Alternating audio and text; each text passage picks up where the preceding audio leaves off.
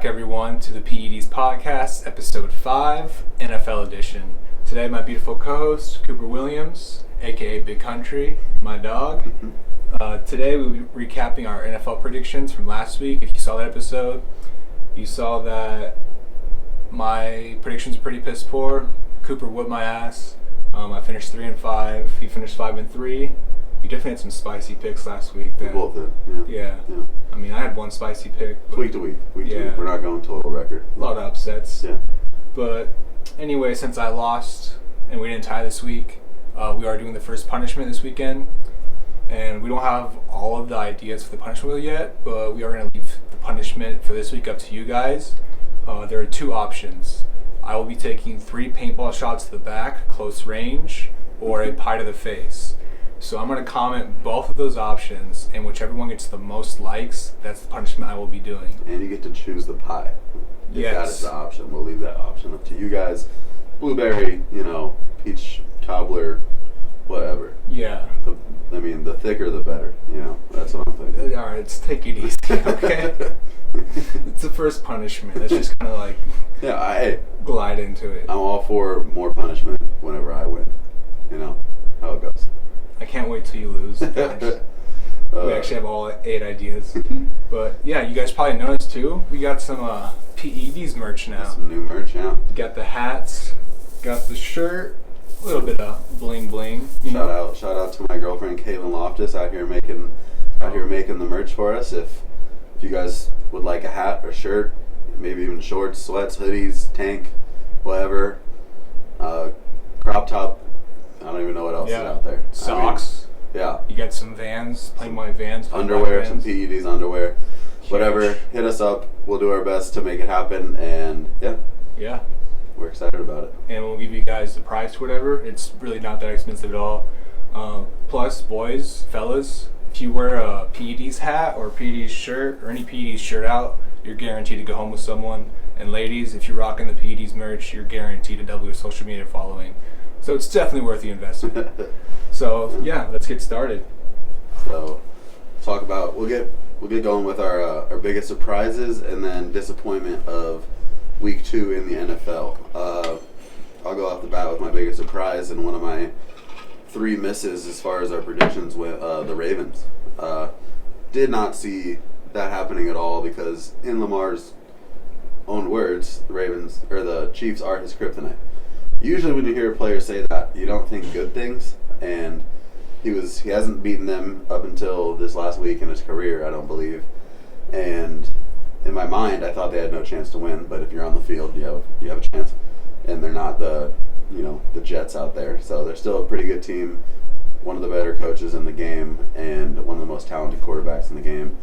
And he really just tore them up on the ground, rushed for over 100 yards, which, in my opinion, if they're going to have any long-term success this season, he's got to be able to run that much on a consistent basis because they're doing a great challenge at practice like we talked about. They don't have any running backs. So he is their running back, essentially. I liked Hollywood Brown as well. He's come along and, both these 2 games. It's obviously still early, but he's looking really good. So that was my biggest surprise for week 2 was Ravens over Chiefs. Did not see it happening. Great game, though. I definitely saw it happening. Yeah. Because if you tuned in the last episode of the NFL edition, that was my Chef Master Spice pick of the week. I had the Ravens over the Chiefs. That was big. And they prevailed. Yeah. And I think 96% of bets in Vegas actually had the Chiefs over the Ravens. When a guy says that a team is his kryptonite, you probably don't bet on him, usually. Like I said last week, Superman eventually prevails. I don't know if it's against kryptonite or whatever, but I didn't know that Lamar was Superman, but hey, he's an MVP guy. Yeah. So, all right. Who do you have for your biggest surprise week 2? My biggest surprise were the Panthers. I had the Saints over them in my predictions. I wouldn't be surprised if the Panthers did win that game.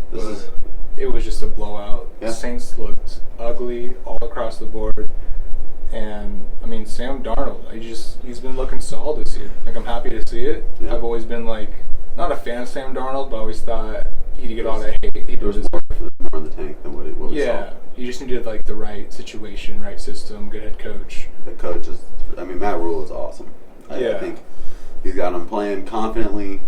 I mean, they're a fairly young team. I mean, both of us had them as a sleeper team for the season.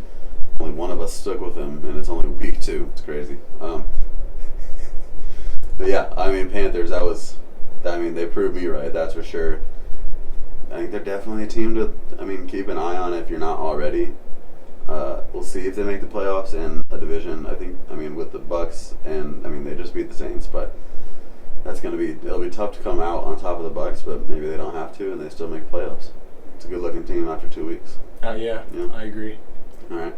My biggest disappointment, not that I had many high hopes for them, but Miami Dolphins. Regardless of Tua being in or not, they had absolutely no chance that game. I don't know if it was the Bills just coming out angry after a loss, after an embarrassing loss at home, but they really put it on the Dolphins. They had absolutely no chance. Defense just got torn apart, and the Bills looked like the team we expected to see more in week 1. Oh yeah, Dolphins got a train ran on them by the Bills. They got railed. Yeah, It wasn't good.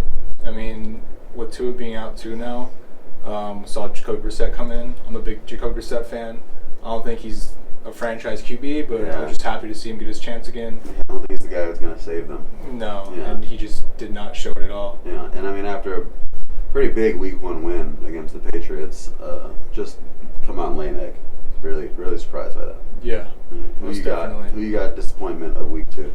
My disappointment of week 2, I'm not surprised they lost, but my disappointment is the Jets. And they're my disappointment because my Rookie of the Year pick was Zach Wilson, and he comes out and throws 4 picks. So my Rookie of the Year prediction is not looking good at all. Yeah, not a hot start on that end. Just to elaborate on that, I have Mac Jones as my rookie pick.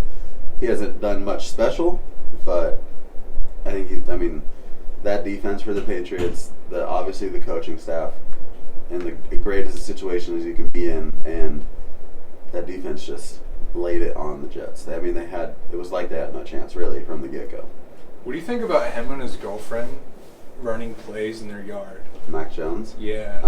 That's the kind of quarterback you want on your team, Yeah. Just a no-nonsense. Do you think they call audibles in the bedroom? Oh, God. Mission, 69, 69. Yeah. Yeah. You think he's calling out shots like that? K9. Yeah. Oh God. It wouldn't be surprised. I guess. I feel like he's kind of like quarterbacks are like pitchers in baseball. You just don't understand them. Yeah. All right. Let's move on. We got our 2-0 teams that we think are going to miss the playoffs. It was a toss-up for me between Raiders and Broncos. I'm going to go Raiders, which out of those two might be a little bit more surprising. And even though I picked the Raiders to win this week, which they did, I don't see Derek Carr being that guy. I think he's a lot like Baker Mayfield, in which he's gonna lose as many games for you as he's gonna win, if that makes sense. Like he's just not on the top tier quarterback. I wouldn't even have him as like a top half quarterback. Maybe like probably somewhere in the middle, I guess. I just don't see them sustaining this. I don't think their defense is good enough to sustain it. I don't see it happening, especially in that division. Even though they're obviously on top of it right now with the Broncos. I don't see the Raiders making playoffs. I just don't see it. Who you got? I'm gonna have to disagree with you. I have the Broncos being the 2-0 team in this playoffs. Okay. Bridgewater's balling out. Yeah. I'm happy for him. Love to deep. see it. But I don't see them sustaining that at all. Because the Raiders have already beat 2 playoff teams from last year. And who the Broncos beat? They play week 1. Let me see. I know. They played the Jags this week, and Jags just... They played the Giants week 1. Yeah, so they really haven't played any. And they got the Jets next week. Yeah, and then it starts getting a little tougher. Baltimore, Pittsburgh, Raiders, Browns, Washington. That's a tough stretch, but a really good or an easy start. Yeah, so I just want to see if they can hold this up playing like an actual competitor. That's fair. Yeah. The Raiders have actually played 2 pretty good teams, 2 decent teams. Yeah. And they came on top both times, so that's why I got them as a 2-0 team making playoffs, or at least going farther in the season than the Broncos. But I would love to see Teddy Bridgewater keep this up and just keep on. It's always happy when that. I'm always happy when that guy has success, just based off of what he's come back from. his route and his journey and his career. I mean, I was surprised he even got the starting job there. He shut a lot of people up, including me, coming out 2-0. I mean, obviously, 2 games they were supposed to win, but yeah, I'm happy for him. Dude, the one thing that irritates me about him is that he wears 2 gloves and he's throwing with the glove on. Kurt Warner used to do it. Yeah, Yeah, it's uncommon.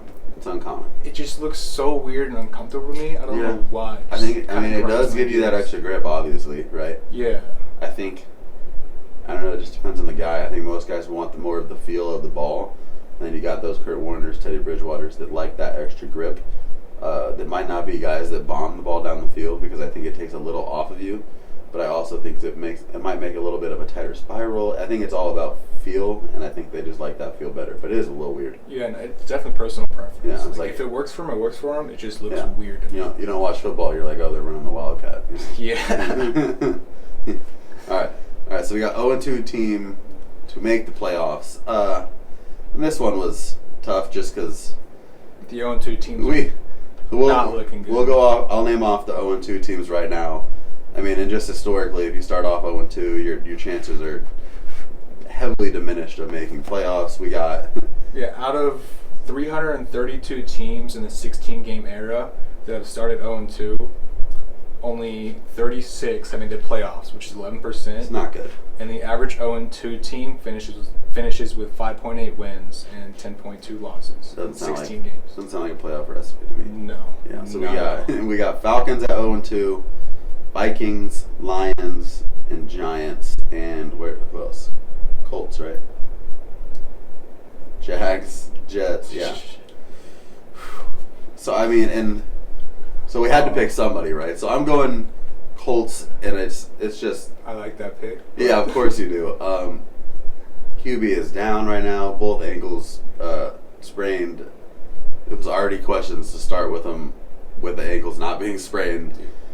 If there's a team that's going to turn around out of all those teams, I'm going Colts because it's a fairly easy division if they can just get past the Titans.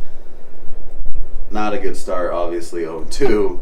If there's a team that's going to do it out of that group, I'm going Colts. Who you got?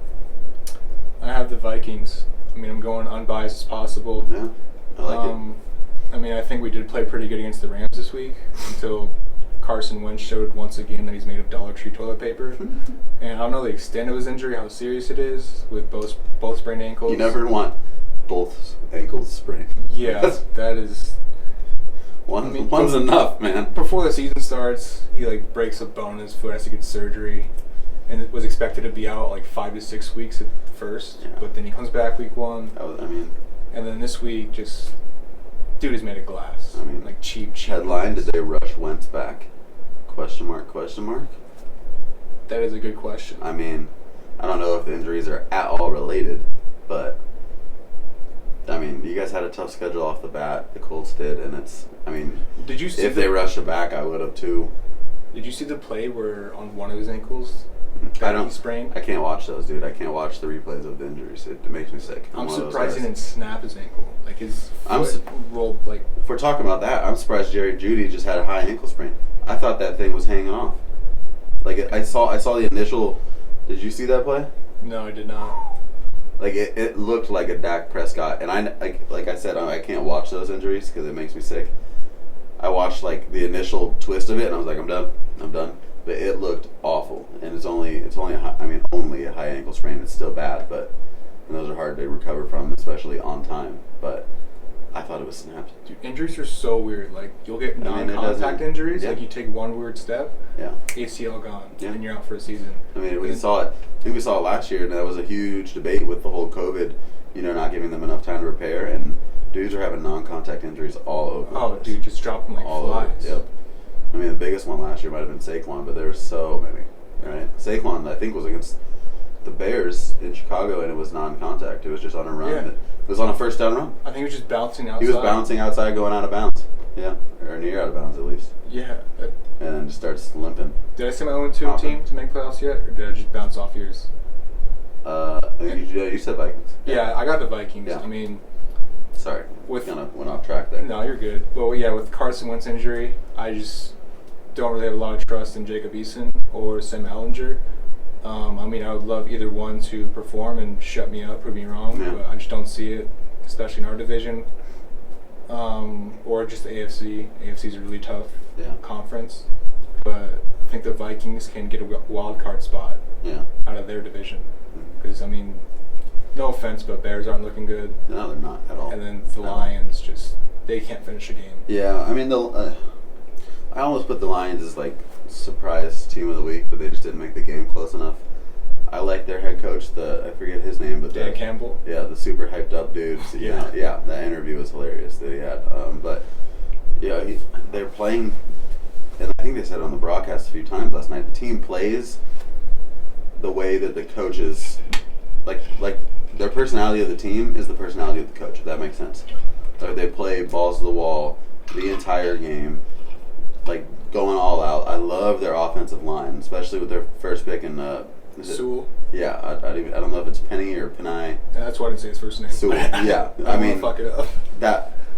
No one in the world's talking about the Lions' offensive line, right? Nobody cares. It's still the Lions. They're kind of like the Jets at this point. I mean, if not worse. But I think they need to run the ball more. Yeah. Well, I mean, they're running it a decent amount, but it's hard. It's hard to keep running when you're down by 15. You know.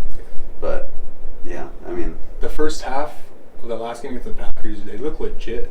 Like I was starting to think, okay, it was like second half against the Niners. Yeah, I was thinking like after this last game in the first half, it was like people just hating on Goff for no reason. Like the guy looks like an actual franchise QB right now. Second half comes and he can't. Yeah. I mean, you're asking the guy to do a lot as the starting quarterback of the Lions. We just saw it with Stafford's entire career, right? We almost forget that a few years ago this man, it's hard to say led a team to a Super Bowl, but was the quarterback of a team that went to a Super Bowl, right? And it was a close Super Bowl. I mean, the guy, I'm hesitant to say franchise QB. The Lions think they got their franchise QB. And I think while they're 0-2, I think he's impressed so far. Yeah, he just needs to stay consistent and actually finish a game first. Yeah, or start a game and finish it and not come out in the second half. Yeah, it wouldn't hurt if they got some weapons for him too, other than Swift. All right. So bring Calvin Johnson back, dude. Yeah. He was 1.6 mil. I think he's fine. I think he's chilling. So we got kind of our picks, our predictions there covered. Let's recap the Chiefs and Ravens game into some more depth here. It's a stupid question. Should Chiefs be worried? Obviously no. They barely lost. I think they just couldn't find an answer for the running, the magic on the running end that is Lamar Jackson. And again, I don't know if you were super confident in your pick there. I thought, without saying there's no chance, I thought there was very little chance that the Ravens were going to win that game, home or away. A lot of guys hurt. As soon as you underestimate a guy like Lamar, that happens. I mean, I wasn't super confident in my pick. I just wanted to spice it up. Yeah. And I just know, the history between the Mahomes and Lamar matchup, whenever the Chiefs and Ravens have played each other, it's always been a good game, a nice high-scoring game, and it's always been, I think, a one-possession game. And I just think Lamar has to prevail at some point, and that's just why I went with it. Yeah. I just had a feeling that they could do it, especially being at home. Home field advantage is huge, especially this year with fans back in the house, in the seats. Mm-hmm. I mean, I just want to go against the grain, not go chalk. Yeah. Pick the Ravens. And also, Chiefs were about ready to close that game up. They were driving down the field. All they needed was a field goal. Clyde Edwards-Helaire fumbled the ball. Yeah. Huge. Young guy making a big mistake right there. Yeah. And I'm kind of surprised. And they arguably they should have beat the Raiders, right? Arguably, especially in OT getting that chance and then Lamar fumbles. You can't say should, but they could easily be 2-0, right? So maybe this team is still as legit as they've been the past few years, just because they lose running backs. You got Lamar there, who's basically RB1. Anyways, it might not be a huge drop-off as far as success in the record, just because of the injuries there. I'm surprised by their weapons. Hollywood Brown, this could be the season where he puts it all together, right? We've seen back-to-back big weeks from him in a few seasons now, and then he falls off for the season, right? I like Sammy Watkins for them. I think number 2 guy. Yeah, arguably split 1. I would probably go Sammy Watkins number one just as a secure guy for him. I think they're using them way more than they use Mark Andrews, which might be a change in just the offensive playbook, because what's it been? Always attack Mark Andrews, and if we get Hollywood Brown on a 50-yard touchdown, then good for us. But it's rare that happens, right? And I think they're looking more for those kind of playmakers these first 2 weeks of this season. I think that's something I think they have to do if they want the success that they're wanting, which is to get to a Super Bowl. I don't see that happening, but I think using those weapons and kind of going on that offensive attack that way is better than just run, throw to Mark Andrews, run, throw to Mark Andrews, and then hopefully we get a deep bomb. So I think their offensive approach is much better. I think that's why they won not along with. I mean, the main reason is just you can't stop Lamar on the run. He's so hard. It's going to be hard to win, man. Yeah. And Tyson Williams is not some just nobody that they found off the street, right? He looks somewhat electric. Background. Well, I want to say it was like Rutgers, Syracuse, and then ended up at BYU. Maybe it wasn't. Was Rutgers. He a rookie this year? He was a rookie last year. Didn't play at one snap. So his first game this year, week 1, we got that touchdown. That was his first start in the NFL, first game in the NFL, I believe. But he doesn't look bad. I mean, he looks pretty explosive, especially when his backups are basically retired veterans. You know, I was pleasantly surprised with the Ravens' offense. I can't say I wasn't surprised with them because, like I said earlier, it's always been a high-scoring game, a shootout between Lamar and Mahomes when they face each other. Yeah. But yeah, Lamar doesn't have a lot of weapons, like you said, but he's just such a versatile QB. Mm-hmm. And I know he gets a lot of crap from people for like being able not to throw or just being a running back, not a quarterback. You gotta use it. Yeah. You know? So yeah, but once Dobbins comes back next year, and if they can get like a legit wide receiver one, if Marquise Brown doesn't prevail as one, I think they're in a really good position to be dominant the next few years.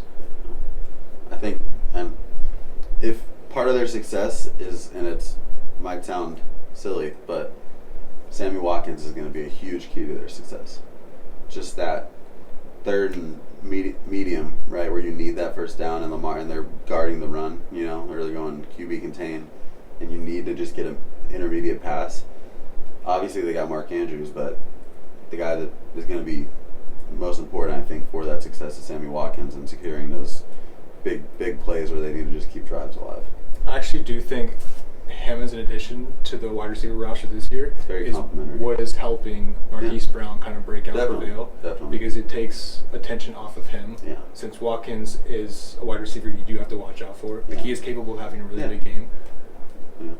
I think, and we said earlier, you know, we've seen the 2-week span of Hollywood Brown going off and then just disappearing. So we really, let's not get too ahead of ourselves, but it's let's looking not good. Overreact. You know? Looking good as of now. All right, let's finish this off with: are the Bucks the clear favorite to do this and make a repeat championship with the exact same roster coming back 2-0? Offenses look great. Defense looked better this week against a worse team. I guess. How are they? Right? The same guy got 2 pick sixes this week. That's impressive. I'm pretty sure that's what happened. Impressive. I don't know his name, but yeah, I guess you got to say they're the clear favorites with the Chiefs losing, but it's also silly. You can't count out the Chiefs, but Bucks got to be the favorites, right? It's just Brady's probably having the best start to his career. I think he has the most touchdowns in a 2-game span to start the season in his career. But why not? What has Brady lost that he used to have? Like earlier in his career. No, I think he was one of the best rosters in his entire career right now. No, just as a individual player, like he hasn't lost any throwing power because he didn't have any to begin with. No, and he's just so disciplined with his diet and his workout regime. It's not wrong to say that he's getting better every year because he's getting smarter every year. He's getting more experience by game, right? Everybody does. More chemistry in that team too. Exactly. Like it's so important that he was great without the arm power, right? We see guys that lose their arm they're like Breeze, right? You see him just start to decline when he loses that arm power. Brady hasn't lost it because he never really had it to begin with and never needed it to be successful the way he plays. So, I mean, he has dropped some like deep passes though on this. Yeah. Oh, that's exactly like like you were talking about his nutrition and his workout regime. He's just such a disciplined He's getting competitor. better. He's becoming a better athlete, which is nuts. As the older he gets, it doesn't happen, especially at this stage of someone's career, which we've never seen before. His smarts are unlike anybody else. You put him on a team with top 5 defense, if not top 3. Probably a top 5 O-line as well. The deepest. I don't know if it's the best. I'd say it's the deepest wide receiving core, or not even just wide receivers, but the deepest weapons on any team, right? There's a lot of mouths to feed on offense. But that's a good problem to have. The recipe is there for the repeat. It was there for winning it last year. We were just worried about the chemistry, and obviously they picked it up and won. Yeah. So, and I think the biggest thing is, like you said, they have all their starters back. Yeah. Like, if it ain't broke, don't fix it, right? Yeah. And that's just huge. Like, when do you ever see a team bring back all of its starters the year before? Well, especially a Super Bowl winning team. Yeah. Right? Didn't Mike Evans take a pay cut too? I'm not sure. I think where he restructured his contract? I think a few of them did that, yeah. Yeah. I think I want to say they franchised Godwin, so he'll be up for free agency this year, I believe. But yeah, they did what they had to do, Because if you're the Bucks, do you go all in for the next this season and next season?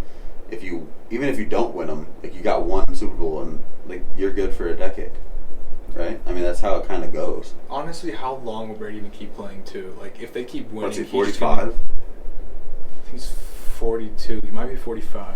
It's 22nd season. Let's see.